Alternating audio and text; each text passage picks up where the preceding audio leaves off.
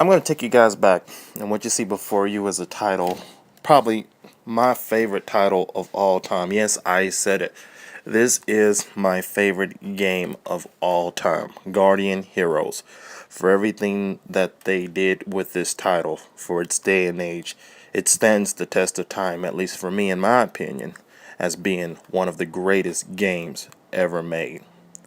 Now, for those of you who aren't aware of what Guardian Heroes was a side-scrolling action RPG, classic beat 'em up, but it had the incorporated elements that made it something really, really special. Something that, in my opinion, every game today needs to look back on this game and say, what can we do to make our franchise, or our title in particular, as unique as what this one was at its prime.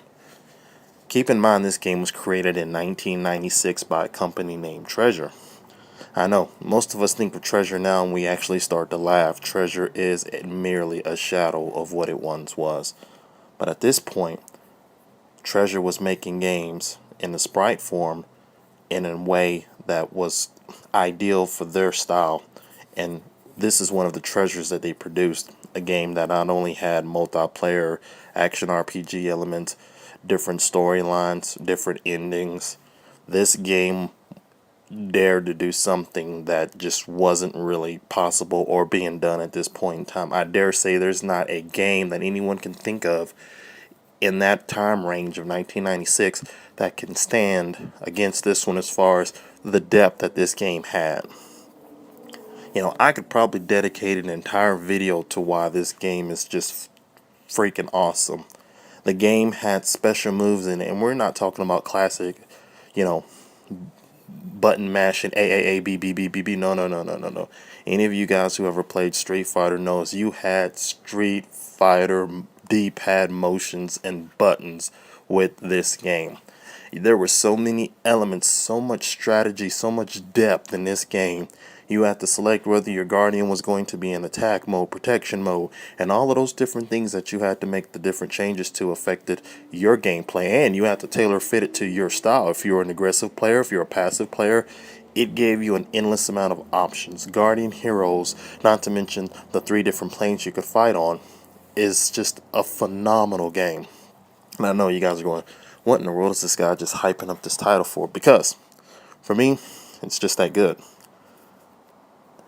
I can remember playing this game, and for the first time, I remember, the first time I saw what the equivalent was a Kamehameha being shot across the screen, wiping out everyone in its path, I thought to myself, whoa, there's something going on with this game. Literally, this game almost destroyed my love of fighter games. And I know you guys are going, what? What are you talking about?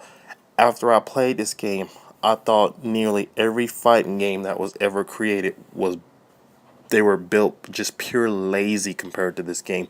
The visuals in this 32-bit console, and granted, I realized that the Sega Saturn had a multiple, CPU, which was something that was unique, and that was probably the only reason this game was able to pull this type of level of gameplay off. But the visuals on this game for its day and age are spectacular. When a guy basically pulls a Vegeta and detonates the whole screen and wipes out everybody on the screen, and we're not talking about as a finishing move, we're talking about in gameplay. It doesn't get any better than that. When you can play with a friend, you can play by yourself, you have your Guardian. There was a multiplayer mode, a versus mode. This day and age, and I think a lot of the games today are finally starting to do that. For these side-scrolling action RPG games, it makes no sense not to go ahead and go the extra mile and add in that extra mode, which is a classic versus mode. And this game, back in 1996, dared to do that. Multiplayer, depth of combat. This game stands the test of time. Now, let me get back on subject. The reason why I wanted to make this video is the spiritual successor comes out today to this game. And I'm not talking about the Xbox Live Arcade game. And some of you guys who may own a Nintendo 3DS, if you hate a Nintendo 3DS, this may not really interest you. If you've been on the fence about a Nintendo 3DS, this may possibly interest you. If in fact you are a Guardian Heroes fan at all, this will definitely interest you. Code of Princess is the successor to that. Now, I've yet to play the game. Today is when I will have the opportunity to purchase the game and play it. But what I will say is, for a genre that is starting to die, the elements that this game possess are elements that I would like to see continue on in today's time. There aren't too many games that are being created like this. Atlas brought this game over, and I would like for everyone who considers themselves a gamer to take an opportunity. I'm not saying go buy the game, but what I am saying is give it a moment of your time to look at some of the gameplay, look at some of the reviews, and give the game an opportunity to actually succeed. Right now, my expectations are fairly low for this game. The game, it's received some attention, but if you are not involved in the gaming community, you're not going to be aware of this game at all. So, Code of Princess, it's a game that has multiplayer, single-player campaign modes, has an action RPG system, classic combat, classic artwork, great soundtrack. Give the game an opportunity to shine. For those of you who are, and I'm not talking about the Dynasty Warrior guys, and I know I'm not down in Dynasty Warriors. Dynasty Warriors has its own set of fans who are loyal fans who enjoy that type of gameplay.